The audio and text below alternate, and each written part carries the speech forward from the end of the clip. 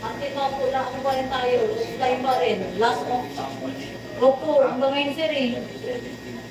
Hindi, basta lumampas. Pag hindi lumampas, kaya mo na. Kaya nga eh. Sige po, sige po.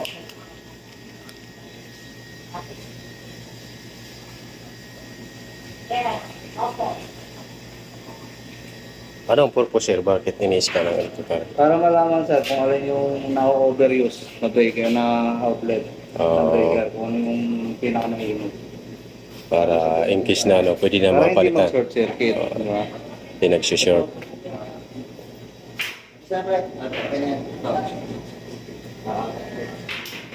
Ito tapos na. What's up mga Dods? Ayan, at nandito tayo sa Select. Sinaman lang natin ang mga electrician, technician, scanner ng mga electrical main breaker. So ayan, at sinamahan lang natin sila para ma-scan ang mga breaker sa Select. So ang purpose po mga Dods para malaman kung bakit ini-scan ang mga breaker, mga main breaker sa mga ganitong malalaking electrical panel ay para malaman kung alin po yung na-overuse na ng mga breaker.